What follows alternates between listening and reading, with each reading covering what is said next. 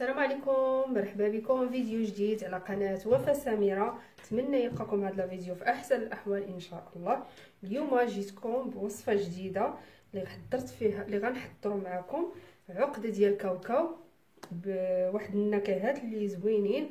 ودخلوا للفيديو لطريقه التحضير والمقادير وفرجه ممتعه، وما تنساوش تكملوا الفيديو حتى الاخير، فيه نصائح وفيه معلومات. نتمنى ينال الاعجاب ديالكم والسلام عليكم. دابا غادي ناخذ عندي هنايا 600 غرام ديال كاوكاو. هذا المقشر غنديرو في الماء،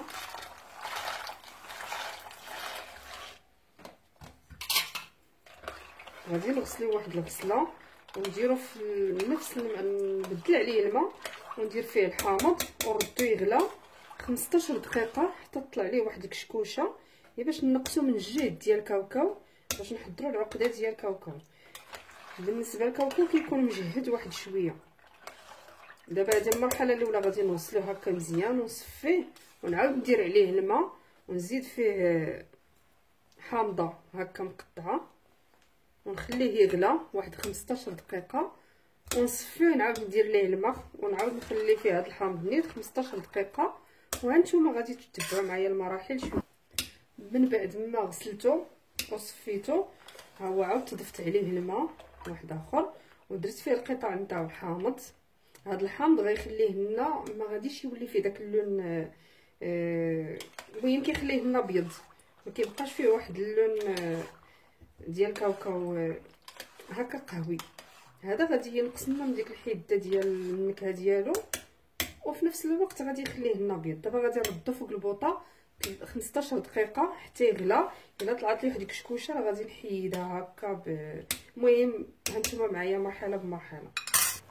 هنايا هانتوما كيف ما كتلاحظوا ها هي هاد الرغوه كتطلع داك النشا اللي في كاوكاو، وغادي نحيدوه كامل.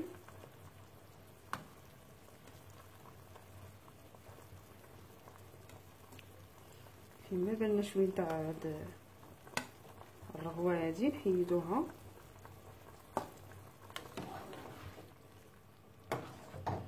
ونخليه واحد شويه تقريبا واحد 3 دقائق يغلى، وغادي نصفيه وندير ليه ماء اخر بارد وندير ليه هذا الحامض نيت، وغادي نوريكم شنو غادي نزيدو فيه ونبقاو كنراقبوه. تما لقينا هاد الرغوه نحيدوها حتى ما يبقاش كيخرج لنا هاد الرغوه. هذا هي داك النشا ديالو، هانتوما شفتوا اللون ديالو غادي وكيميل البيوضه بسبب هذا الحامض هذا.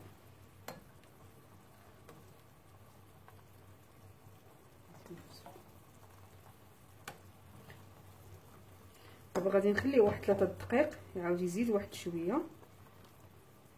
من بعد ما عاود صفيته ودرت ليه الماء بارد ورجعت ليه هذا الحامض، هذه المره الثانيه فاش تيغلى هانتوما راه ما خرجش داك النشا، يعني ما بقاش فيه غير هاد شويه، وغادي نحيدو.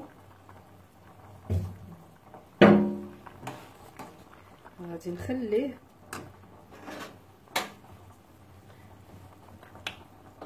غادي نضيف ليه دابا واحد المعلقه ديال روح الزهر باش تحيد منه ديك النكهه ديال الكاوكاو المجهده. دابا غادي نخليه يغلى ثاني واحد 15 دقيقه حتى نبدا كنحل الكاوكاو ديالي هكا ما كيبقاش فيه هاد الشي بيض هنايا بحال هكا. من بعد ما تسلق ليا الكاوكاو ديالي كيولي على هذا الشكل هذا، نحاولوا نحيدوا ليه هاد الضفير هذا هو اللي كيكون فيه الجهد ديال هذيك النكهه المجهده ديال الكاوكاو. وهانتوما ها راه طاب مزيان، مبقاش ديك البيوضه بزاف، وصلوا الطياب حتى لداخل.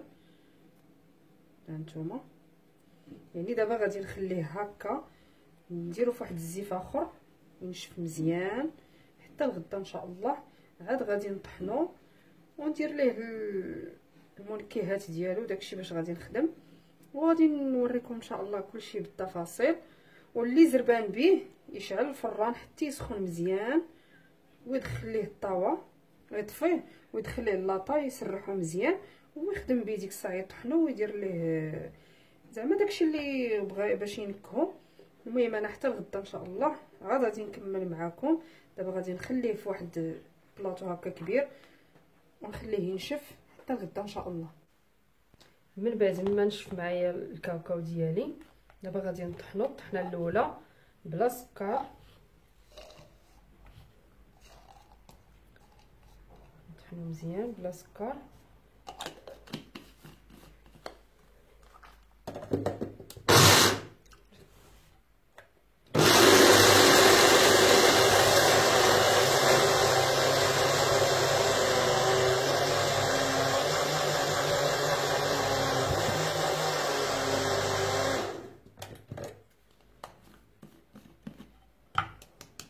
هذه الطحنه الاولى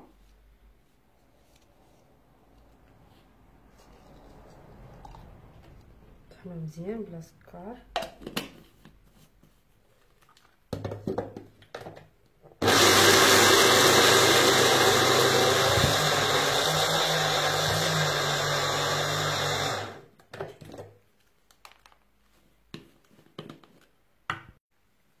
من بعد ما طحنتو الطحنه الاولى هانتوما الا كان ناشف مزيان كيجي زوين. المهم هنا عندي 600 غرام ديال هذا ديال الكاوكاو، وعندي هنايا تقريبا 400 غرام ديال السكر سنيده، قل شي حاجه ما كاملش. عندي واحد راس معلقه بحال هكا ديال المسكه حره اللي طحناها مع السكر بلاص. دابا غادي ندير لهم هكا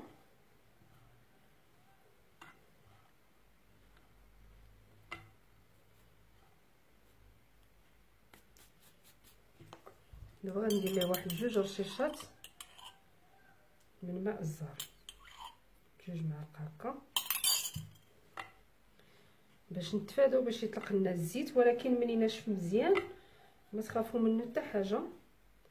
بالنسبه للكاوكاو من بعد ما طحنته مع سنيده، بالنسبه لهاد الكاوكاو راه فسميتو راه خليته بات يعني حتى نشف مزيان وحيدت ليه داك الضفير اللي كيكون فيه، داك اللي كيعطي الكاوكاو مذاق مجهد بزاف، وخليته حتى بات نشف مزيان. وكيف ما قلت لكم في الاول الفيديو، في الاول ديال الفيديو، اللي بغى الكاوكاو زربان به يقدر يديرو في الفران يكون شاعل ويطفيه تيسخن مزيان ويطفيه ويدير الفران ويدير الكاوكاو غير يدير منه داك الماء ديالو صافي يمكن لكم تستعملوه. انا درتو في الليل وخليته بات حتى الصباح وحضرته معكم. دابا عندي هنايا واحد السرشيه ديال الفاني ديال الزهر غادي نسم بها، عندي معلقه ديال القرفه صغيره، عندي واحد القبيصه ديال الملح، عندي هنايا معلقه حتى ل2 نتاع الزبده. المهم على حساب واش عطاني واش فيه ليدام ولا ما فيهش، واش ميدم ولا لا. وديك الساعه لما جانيش ميدم غنزيد فيه واحد المعلقه ديال الزيت على بركه الله.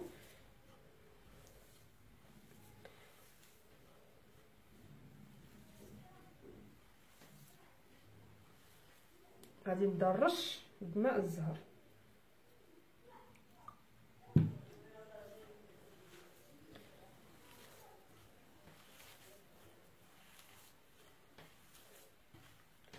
اللي بغى يخلي هاد الكاوكاو هكا ما ينسموش بدا حاجه ولا القرفه ولا بشي حاجه يخليه، كاين حتى مشكل. غنزيد هذيك المعلقه ديال الزيت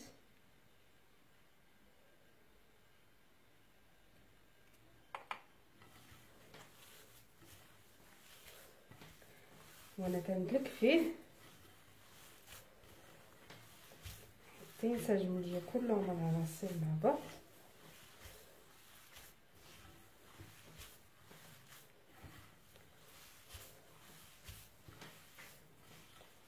ندلك مزيان وكنرش في ماء الزهر.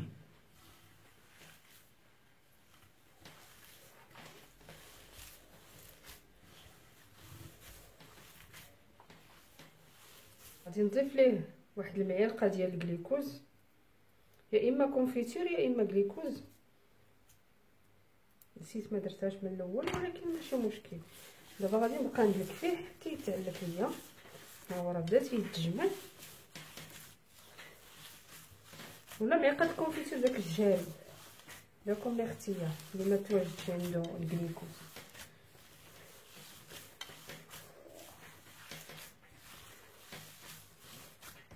ديك القرفه بدلات ليه اللون ديالو. انا بغيتو لواحد الحلوه، كيف علاش نسمتو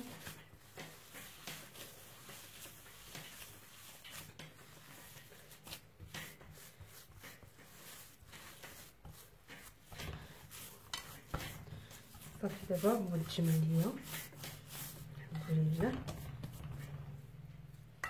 كيجي القوام ديالو على هذا الشكل هذا، وما طلقنا لا زيت لا والو. غنخليه يرتاح واحد شويه، غادي نخدم به. هانتوما يعني كتجي واحد العجينه زوينه زوينه ديال هذا الكاوكاو. دابا غادي نقسموه على جوج ونديرو في الثلاجه باش يرتاح ليا واحد شويه